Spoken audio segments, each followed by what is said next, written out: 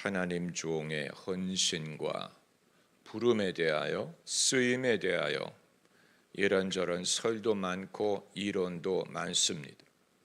가장 극적이고 사람들이 선호하는 이론은 운명론적입니다. 만세 전부터 하나님이 나를 택정하셨다. 내가 어머니 복중에 있을 때 나를 부르셨다. 이런 식으로 모세가 그랬고 바울이 그랬고 이사야가 그런 말을 하지 않았습니까? 이런 식으로 운명론적으로 그의 운명을 미리 정하여 하나님이 불러서 쓰시는 경우가 분명히 있습니다. 그렇다면 우리가 한 가지 부딪히는 질문은 시대에 따라서 주의 종의 숫자가 왜 들쑥날쑥하느냐 하는 것입니다. 어떤 때는 헌신하는 사람들이 많고 어떤 때는 줄어든다고 하는데, 지금 이 시대가 대한민국의 신학교가 정원을 줄이고 미달 사태가 발생한다고 하지 않습니까? 25년 전까지만 해도 장신대에 들어가려면 재수 3수를 하는 학생들이 많았는데, 그 사이에 이제는 신학교를 가려는 젊은이들의 숫자가 현저하게 줄어서 이제는 학교가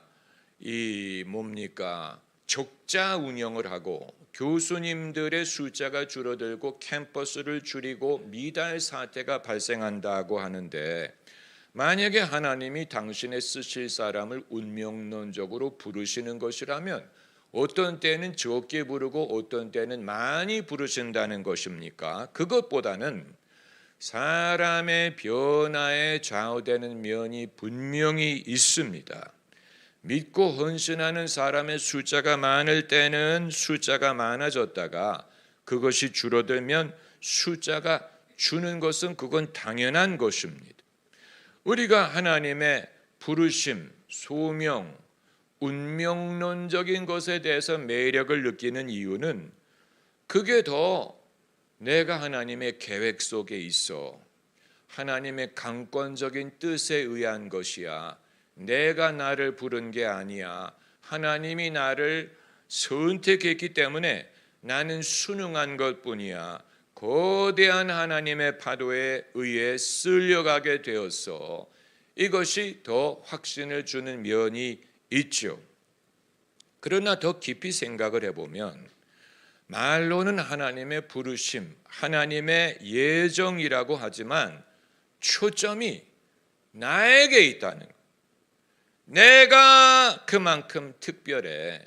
내가 그만큼 점지를 받았어. 내가 선택받았어. 드라마의 단골 주제가 뭡니까? 출생의 비밀, 거부할 수 없는 가업의 승계, 이런 것인 것처럼 운명론적으로 불렀다고 생각하게 되면 이건 내가 원했던 게 아니고 선택한 게 아닌데 하나님이 강권적으로 나를 불러서 나는 거기에 끌려가게 되었어. 그 초점이 나에게 맞춰지는 것. 내가 그만큼 특별해. 내가 그만큼 복을 받았어. 그런데 그렇게 생각할수록 하나님의 주된 업무가 인사라고 생각을 하게 되는 거예요. 인사 이동. 회사마다 HR 부서가 있죠. Human Resources. 인사부가 하는 일이 뭡니까? 사람을 고용했다가 배치했다가 승진시켰다가, 마찬가지로 하나님이 하는 일의 주된 일이 사람 선택하는 일, 부르는 일, 고용하는 일, 월급 주는 일, 상급 주는 일, 그리고 그 일을 하도록 돕는 일, 격려하는 일. 하나님의 주된 역사는 당신의 말씀과 예수 그리스도의 증언인데, 그것보다는 그 일을 하기 위한 사람을 하나님이 불러야 되고 고용해야 되고 고용 보장을 해야 되고 훈련을 시켜야 되고 격려해야 되고 상급 주는 일을 하나님이 하셔야 되는 것처럼 생각을 할 수 있습니다. 당신의 일을 위해 사람을 쓰시는 것인데 그것보다는 사람에게 일을 맡기기 위해 일을 마련해야 되는 것처럼 생각을 할 수 된 이런 사람들이 있으니 주여 우리가 여기 있으니 우리에게 합당한 일을 맡겨주세요. 그런데 여러분, 그렇게 되면 사람이 먼저고 그 사람이 있기 때문에 하나님이 이 일을 찾아주셔야 되는 것처럼 생각을 하는 것인데, 오늘 성경 본문에서 다른 방법을 발견하는 것입니다. 여기에 구레네 시몬이라는 인물이 등장을 하는데, 이건 시몬 베드로와는 전혀 다른, 성경에 등장한 적이 없는, 우연하게 이 자리에 있었던 것처럼 보이는 사람인데, 예수님이 십자가를 지고 가실 때 너무 쇠약해서 무거운 십자가를 감당하지 못하는 것을 보고 로마 병정이 예수님에게 키웠다간 골고다에 가지 못해서 예수님이 돌아가실 것 같으니까 마침 거기에 지나가던 한 남자를 붙잡아서 대신 십자가를 지고 골고다로 올라가게 하셨는데, 그게 바로 구레네 시몬이에요. 사실 예수님 대신에 십자가를 져야 된다면 이전에 예수님이 은혜 주셨던 사람이 하는 게 맞아요. 나사로라든가 바디메오라든가 예수님의 사도들이 그 일을 해야 되는데, 그 일을 그들에게 맡기지 않고 왜 구레네 시몬에게 맡겼습니까? 그 사람들은 다 도망갔고 그 자리에 없고, 마침 구레네 시몬이 그때 그 장소에 있었기 때문에 그 사람을 붙잡아서 이 십자가를 지고 가게 한 것처럼, 하나님이 당신의 일을 맡기는 사람이 누구냐를 생각을 할 때 애초부터 예정된 사람, 준비된 사람이 있어서 주님이 이때야 이제 와서 이 십자가를 져라고 하는 게 아니고, 적재적소에 있어서 어베일러블한 사람에게 일을 맡기는 것이 아니냐 하는 것이죠. 어베일러블하다는 말은 우연하다는 뜻이 아니고, 특정 때에 특정 장소에 그 일을 할 수 있고 하길 원하여 하나님이 쓰신다는 뜻이에요. 특정 때에 특정 장소에 그 일을 할 수 있는 위치에 있는 사람을 하나님이 쓰신다. 이 모델을 갖고 생각하면 왜 시대에 따라서 숫자가 들쑥날쑥하는지 이해가 되는 거예요. 이해가 되는 거예요. 만일 운명론적으로 만세 전부터 예정을 해서 그 사람을 쓰신다고 설명하면 왜 이 숫자가 항상 변하는지 설명이 안 되지만, 적재적소에서 자신을 어베일러블하게 하는 사람을 쓰신다라고 설명하면 숫자의 변화가 이해가 되는 것입니다. 그리고 그것뿐만이 아니고, 왜 하나님이 누구에게는 이런 일을 맡기고 누구에게는 저런 일을 맡기시는지 이해가 됩니다. 만약에 만세 전부터 결정했다고 생각을 하면 그것보다도 불공평한 게 없이, 누구는 더 위대해서, 누구는 더 하나님이 사랑해서 큰 일을 맡기고, 누구는 하나님이 무시해서 작은 일을 맡긴다는 거야? 그것처럼 불공평한 것이 어디 있어? 그건 완전히 계급주의적인 사상이 운명론적으로 있다는 말을 하는 거고, 아예 만세 전부터 하나님이 이 지위를 결정했다는 말이 되는 것인데, 그것보다는 적재적소에 있는 사람에게 당면한 과제를 맡기는 것이기 때문에 사도가 예수님의 십자가를 대신 지고 갈 수 없고, 왜냐하면 다 도망갔기 때문에 그 자리에 있는 사람을 쓰다 보니까 이전에 전혀 들어본 적도 없는 우연한 것처럼 보이는, 그러나 그 자리에 자신이 어베일러블했던 구레네 시몬을 이 일을 맡기는 것을 이해할 수가 있는 것입니다. 그러니까 사람에게 초점을 맞추게 되면 누가 당연히 이 일을 해야 되잖아. 마땅히 이 사람이 해야 되잖아. 왜 하나님이 다른 사람에게 맡겨? 나는 마음에 안 들어 라고 사람이 언짢아 하지 말고, 내가 그 자리에 없었어, 누가 그 자리에 있었어, 그때 그 사람이 어베일러블했어. 그 사람이 그때 자원했어. 가능했어. 그래서 하나님이 가장 가까운 데에 있는 가장 타당성 있는 사람을 고용하셨어. 그러다 보니까 그 일이 큰 일이 되고 그 일이 사람의 주목을 받는 일이 되었지만 하나님이 그 사람을 특별히 사랑하고 더 인정을 했기 때문에 준 것이 아니야.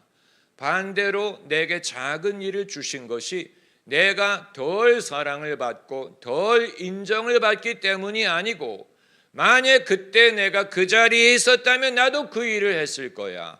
그러나 하나님은 당신의 목적을 위해 사람을 도구로 쓰시는 것이기 때문에 사람에게 초점을 맞추어서 누가 위대하냐, 누가 능력이 있느냐, 인정을 받았느냐 이거를 위주로 생각하지 말고 그때그때 적재적소에 하나님에게 당신을 드리는 사람을 하나님이 쓰시는 거야.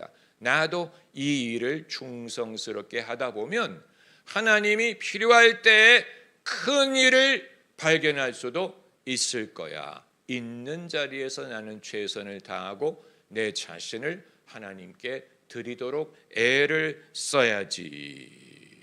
그리고 또 하나, 이런 방식으로 하나님이 사람을 쓰신다고 생각을 하게 되면 비장할 필요가 없어요. 여러분, 섬기는 사람에게 공통적으로 나타나는 경향이 비장하다는 거예요. 신학교 입학식 비장하고 신학교 졸업식이 비장하고 목사 안수식이 비장합니다. 비장하다는 말은 슬프다, 거의 슬픈 감정이에요. 내게 십자가를 지어 주셨어. 내가 감당해야 되는 십자가야. 애초부터 이 일을 위해 하나님이 나를 예정하셨다고 생각하면 비장할 수밖에 없어. 나는 십자가를 지기 위해 태어났어. 남처럼 즐겁게 살 수 있었는데 나는 애초부터 이 일을 하기 위해 태어났어. 비장한 거예요. 그래서 남들은 밖에 나가 놀 때 나는 그들과 어울려 놀지 않고 교회 놀이만 하면서 자랐어. 이런 식으로 자신이 특별하다고 생각을 하면서도 푸념을 하는 거예요. 왜 내게 십자가를 지어줬어? 왜 내게 이런 어려운 일을 맡겨서? 비장한 것이죠. 즐겁게 십자가를 지고 가는 것이 굉장히 어려운 것입니다. 그렇게 생각하기보다는 나는 원래 이 일을 기대하지 않았어. 나는 다른 일을 하고 있었고 다른 데를 가고 있는 중이었어. 구레네 시몬처럼. 구레네 시몬이 구레네 사람이기 때문에 구레네라고 하는 거예요. 사이린, 키프로스 섬을 말하는 거예요. 지금 그리스와 터키가 반반으로 나눠서 살고 있는 키프로스 섬을 말하는 것인데, 그러니까 얼마나 고향에서 멀리 온 거예요. 먼 길을 가는 도중이었는데, 갈 데가 있고 가는 도중이었는데 가다가 주님을 마주친 거예요. 그 길이 만난 거예요.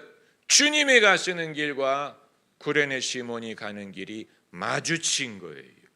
그래서 원래 그것을 하려고 한 게 아니었는데 마주치는 바람에 십자가를 지게 되었으니 이건 나에게 대단한 영광이야. 이건 영광으로 생각하게 되지 않습니다. 내가 마침 그 자리에 있을 수 있어서 나는 참 기뻐. 이게 기쁜 마음으로 십자가를 지는 것이 가능해지는 것입니다. 본인도 기쁘고 하나님도 기쁜 거예요. 그게 아니고 본인은 비장하면 하나님도 비장하라는 얘기입니까? 우리가 기왕에 하는 일이라면 왜 그것을 즐거움으로 하지 못하느냐? 이것은 이 일의 성격에 대한 본인의 이해가 제한되어 있기 때문에 그런 것이고, 하나님이 일부러 비장하게 만들기 위하여 우리에게 일을 맡기시는 것이 아니에요. 그리고 또 하나 생각할 것은 그 일이 끝나면 얼마든지 자기의 본연의 길로 가도 됩니다. 왜냐하면 애초부터 이 일을 하도록 한 게 아니고 자기 길을 가다가 주님과 마주치는 바람에 적재적소에 있었고 어베일러블했기 때문에 그 일을 한 것이고, 그 일을 마쳤을 때에는 옵션이 있고 자유가 있어요. 내가 이제 마저 가던 길을 가도 돼요. 그 길을 가도 아무도 뭐라고 하는 사람이 없어요. 이 일을 위해 주님과 길이 마주친 것이었기 때문에 이 일을 할 수 있었던 것이 커다란 영광이고, 그리고 이제 이 일을 마친 후에 원래 가던 길을 가도 아무런 거리낄 이유가 없는 거예요. 그게 아니고 애초부터 운명론적으로 이 일을 하도록 택정을 받았다고 생각을 하면 딱히 일이 없더라도 다른 데를 가면 안 되는 것이죠. 다른 데를 갈 수 없다고, 딱히 일이 있는 것도 아닌데, 다른 십자가가 기다리는 것도 아닌데, 나는 그 다음에 십자가 배정을 받기 위해 기록한다, 이렇게 생각을 할 수 있는 것. 그렇게 되면 어떻게 됩니까? 하나님, 다음 미션이 뭐예요? 라고 계속 물어보게 돼. 다음 미션을 주세요. 다음의 사명을 주세요. 여러분, 하나님에게 다음 미션이 있어서 맡기시는 것과 그게 없는데 나는 미션을 받기로 정한 사람이기 때문에 요구하는 것은 다른 거예요. 여러분, 그 차이를 이해하시겠죠? 하나님이 딱히 일이 있어서 너 이런 일이 있는데 해봐 라고 맡기시는 것과, 나는 이 일을 하도록 부름을 받았으니 이 일을 마친 후에 다음번 사명이 뭡니까? 달라고 요구하는 것은 다른 거예요. 여러분, 유연성이 있는 것과 없는 것이 차이가 있습니다. 유연성이 있는 사람은 자유해. 부담을 지어주지 않아요. 그것이 하나님에게도 부담이 되지 않겠죠. 제 자신이 운명론적인 소명을 믿어서 주의 종이 됐는데, 그러다 보니까 어떤 일이 발생하냐면, 하나님, 저에게 일을 맡겨주세요. 요 다음 일이 뭡니까? 하나님이 고용 보장을 하셔야 된다고 당연히 생각을 하고 끊임없이 일을 줘야 되는 거예요. 그러니까 한편으로는 내가 주님의 종입니다 라고 말하는 것처럼 들리나, 내가 있기 때문에 하나님이 이 일을 주셔야 되는 것으로 생각을 하면 누가 주인이 되는 것입니까? 내가 중심이 되는 것이죠. 내가 할 일이 있기 위하여 하나님이 이 일을 만드셔야 되는 것처럼, 이 일을 배정해야 되는 것처럼, 인사 이동을 하셔야 되는 것처럼 하나님이 거대한 HR 부서를 운영하는 것처럼 생각이 될 수가 있죠. 그러나 성경에 등장하는 모세라든가 엘리야라든가 바울도 무임의 기간이 있었잖아요. 무임이라 하면 임무가 없었던 시절. 모세의 광야 40년은 무임의 기간이었고, 엘리야의 3년 반도 무임의 기간이었고, 바울이 아라비아에 가서 있었던 기간도 무임의 기간이었어요. 그가 어떤 일을 맡지 않았어요. 사명을 부여받지 않았어요. 부름받은 건 맞아요. 부름받은 건 맞으나 하나님이 딱히 어떤 일을 맡기지 않았다는 것입니다. 일을 맡기지 않을 때 사람이 일부러 일을 찾을 수가 없는 거예요. 일을 맡겨야 일이 있는 거지. 일을 맡기지 않으면 무의미해요. 그래도 됩니다. 항상 24시간 쉬지 않고 일을 해야 되는 게 아니고, 엘리야처럼 3년 반, 다만 엘리야에게는 그것이 어떤 시련, 순환의 시간이었고, 기다림의 시간이었고, 겸손의 시간이었고, 바울의 아라비아의 기간은 어떤 것인지 본인이 별로 말을 하지 않기 때문에 알 수가 없고, 모세의 40년은 그걸 반드시 괴로움의 시절이었다라고 말할 수 없는 것이 좋은 일을 그때 경험했기 때문에 장가도 갔지요. 아들 둘 낳지요. 장인의 양을 쳤지요. 세상에 마음고생 없이 편하게 살 수 있었던 시간이었기 때문에 그걸 반드시 모세의 괴로움의 시절이라고 해석하는 사람은 본인이 무임의 시절을 괴롭게 생각하기 때문에 그런 거예요. 그게 아니고 오히려 나중에 선지자가 됐을 때부터 괴로움이 시작이 된 거죠. 얼마나 사람들이 말을 안 듣고 그때부터 괴로움의 시작이었지. 그 전에 무임의 시기는 모세에게 그야말로 세상에 염려 없이 미디안 광야에서 세상에 염려 없이 살 수 있었던 시간이었는데 하나님이 그것을 허락하셨다는 것이고 모세가 그것을 다 즐겼다는 것이고 누렸다는 것이고 때가 되니까 하나님이 이 일을 맡기신 것이지 모세가 일을 달라고 조른 것이 아니에요.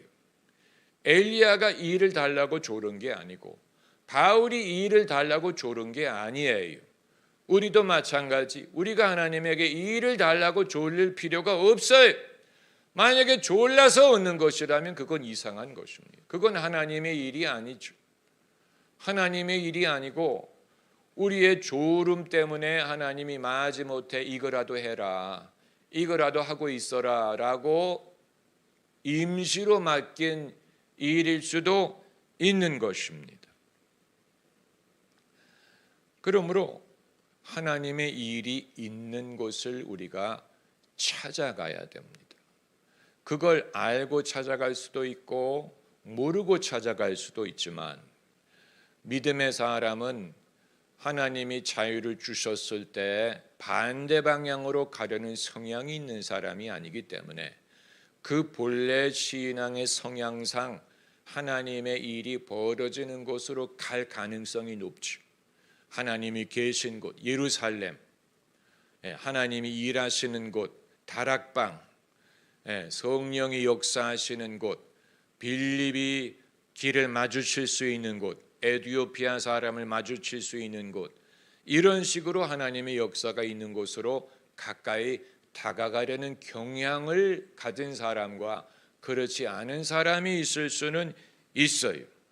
가까운 데 있는 사람이 그 일을 맡아요. 가까운 데 있다는 말은 지리적으로 가까운 것뿐만이 아니고 상황적으로 여건, 마음의 준비 상태 이 모든 것을 말하는 것입니다. 여러분 아무리 베드로가 아무리 만세 전부터 사도로 택정을 받았다고 하더라도 주님이 나를 따라오너라 하셨을 때 다른 사람처럼 제가 먼저 아버지 장사하고 돌아올게요 이렇게 말했다면 쫓을 수가 없는 거예요. 그러니까 준비 상태가 돼 있어야 된다. 내가 주님과 마주칠 일이 있더라도 내가 너무 다른 일 때문에 바빠요. 다른 일 때문에 여유를 낼 수가 없어. 마음에 여유가 없어. 그러면 아무리 때와 장소가 일치하더라도 그 일을 할 수가 없는 것이고 준비되었다 하는 말은 여러 가지 면으로 내 발목을 붙들 만한 것을 의도적으로 항상 이 줄이는 것을 말합니다. 내가 발목을 붙잡을 수 있는 것, 나를 제한할 수 있는 것, 주님이 언제 일을 맡기시더라도 내가 먼저 아버지 장사하고 올게요. 뭐 하고 올게요 라고 하지 않는 그런 식으로 이 10명의 처녀가 다 신랑을 기다리는데 신랑이 왔어요. 그러나 잔치에 들어가는 처녀가 있고 못 들어가는 처녀가 있었던 것처럼 다 기다리고 있었는데 대기 상태였는데 신랑이 마침내 왔는데 왜 못 들어가느냐? 준비가 돼 있죠. 기름을 준비하지 않았기 때문에 기름이 있는 처녀는 잔치에 들어가고 없는 처녀는 빌려 다니느라고 바빴죠. 결국 준비가 되지 않았다는 시간도 맞고 장소도 맞고 그 일을 위해 거기 있었는데 그러나 자기가 영적으로 미처 준비가 되지 않은 것이 결정적으로 누구는 거기에 들어가느냐 안 들어가느냐의 이 차이가 되는 것입니다. 여러분, 그 일이 우리에게 즐거움이 됩니다. 그래서 잔치라고 부르는 거예요. 잔치에 들어간다는 말은 즐겁다는 일이지 비장한 게 아니고 마지 못한 것이 아니고 늘 고생이야 뭐 희생이야 이렇게 말한다면 잔치라고 말할 수가 없는 것입니다. 아마도 상당수의 주의 종들이 즐거워하지 못하는 이유는 자기 인생을 단순하게 살지 않고 너무 많은 것을 버려놓고 너무 많은 염려를 미리 만들어 놓고 이것을 채워가면서 주님을 섬겨야 된다고 생각을 하다 보니까 주님을 섬기는 그 일 자체에서 충분한 즐거움을 얻지 못하고 그 이외에 챙기지 못하는 염려 때문에 늘 괴롭다, 힘들다, 희생이다라고 말을 하는 것일 거라고 봅니다. 결국 즐거워하느냐 못하느냐 하는 것은 그 사람의 근본적인 겸손함에 좌우되는, 겸손한 사람은 쓸데없이 일을 벌리지 않아도 돼요. 자기를 그렇게 위대하게 생각하고 일을 벌리려고 하지 않고 적어도 이만한 대우는 받아야 돼, 내가 이 정도는 누려야 돼, 내가 이 정도의 일은 해야 되지 않겠어. 결국은 겸손하냐 그렇지 않느냐에 좌우되는 것인데, 이게 주님을 위한 것이라고 생각을 하면 내 요구사항은 그렇게 중요하지 않아요. 내 요구사항은 내가 하나님이 그것까지 감안을 해야 된다고 생각한다면 더 이상 하나님의 일이 아닌 것이죠. 이 요한이 반모섬에서 자기가 반모섬에 간 이유를 두 가지로 말했는데, 첫째는 하나님의 말씀, 둘째는 예수 그리스도의 증거. 이게 하나님의 일의 성격, 하나님의 말씀과 예수 그리스도의 증거. 여기 어디에도 나라는 말이 등장하지 않는 것처럼 우리 모두가 이건 하나님의 말씀과 예수 그리스도의 증거를 위한 일이니 내가 어느 때든 어디에 있든 주님의 뜻을 할 수 있도록 내 자신을 예비하리라. 그 사람을 하나님이 즐겁게 쓰실 것입니다. 할렐루야.